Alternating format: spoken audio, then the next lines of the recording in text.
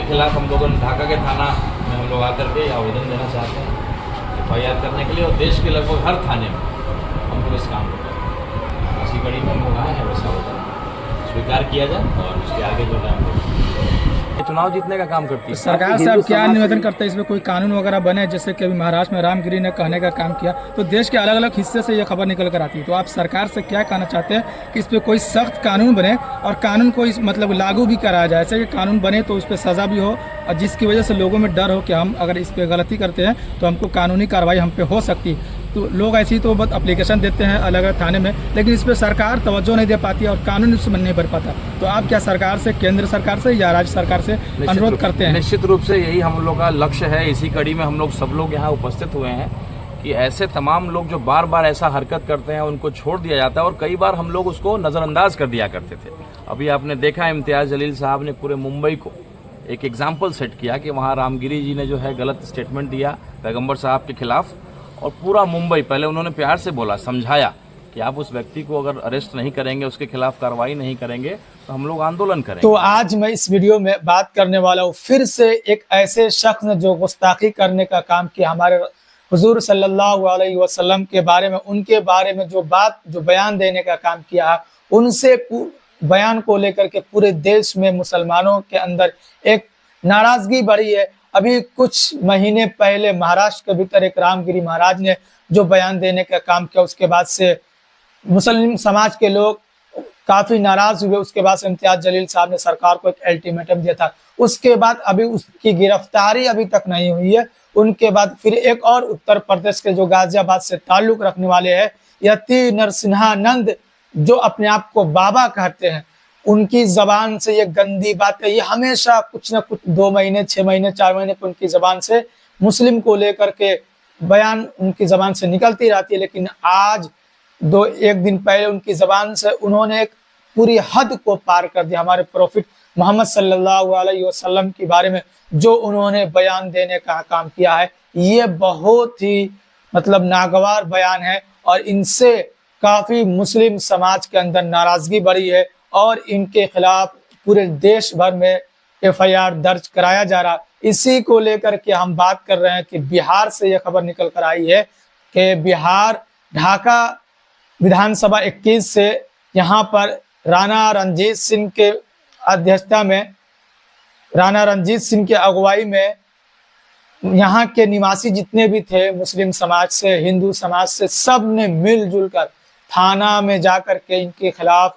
ज्ञापन सौंपने का काम किया कि इनके खिलाफ आप कार्रवाई करें जो इन्होंने बयान देने का काम किया है। पहले तो रामगिरी महाराज ने बयान देने का काम किया, उनके खिलाफ अभी महाराष्ट्र में 60 के करीब FIR हो चुके, फिर भी उनकी गिरफ्तारी नहीं की गई। उसके बाद से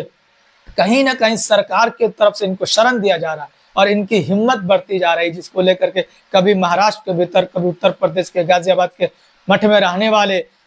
यति नरसिम्हानंद जो ने बयान देने का काम किया, अभी दशहरे के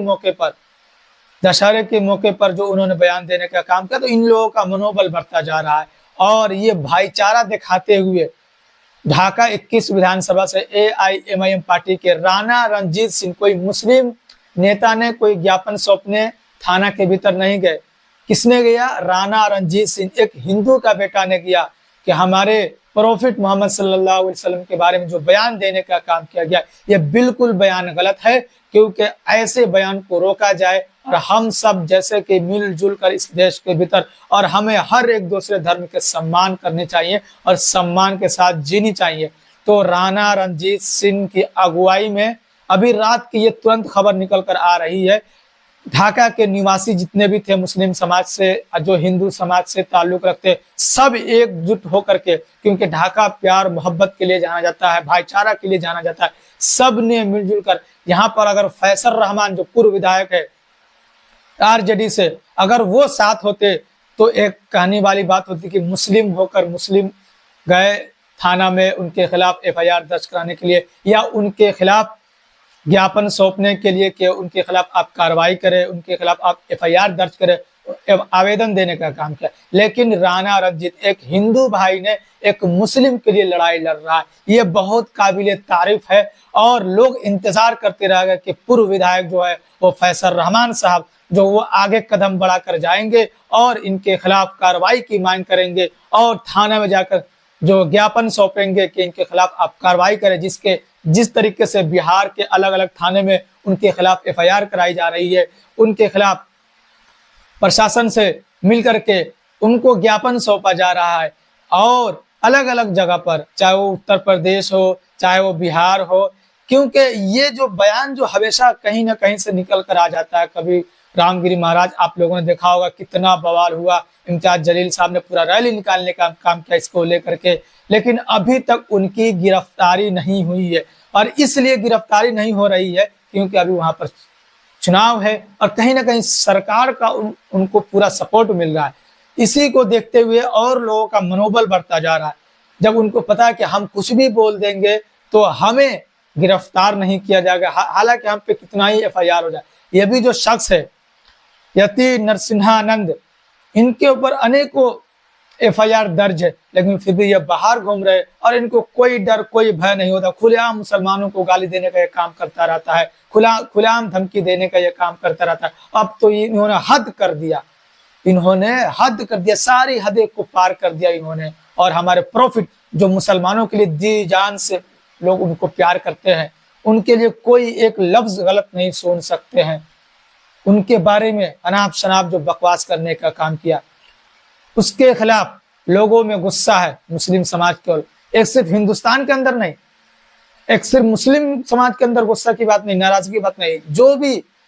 चाहते हैं कि हम सब मिलजुल कर रहे और एक दूसरे धर्म को सपोर्ट करें, न कि हम इस धर्म को बुरा कहें, न कि हम उस धर्म को बुरा कहें। किसी को धर्म को बुरा कहने का किसी को इख्तियार नहीं है। तो ये फिर ऐसे कैसे लोग पैदा हो जाते हैं और इनको कैसे हिम्मत, कहाँ से हिम्मत मिलती है कि किसी धर्म के बारे में, किसी धर्म के बड़े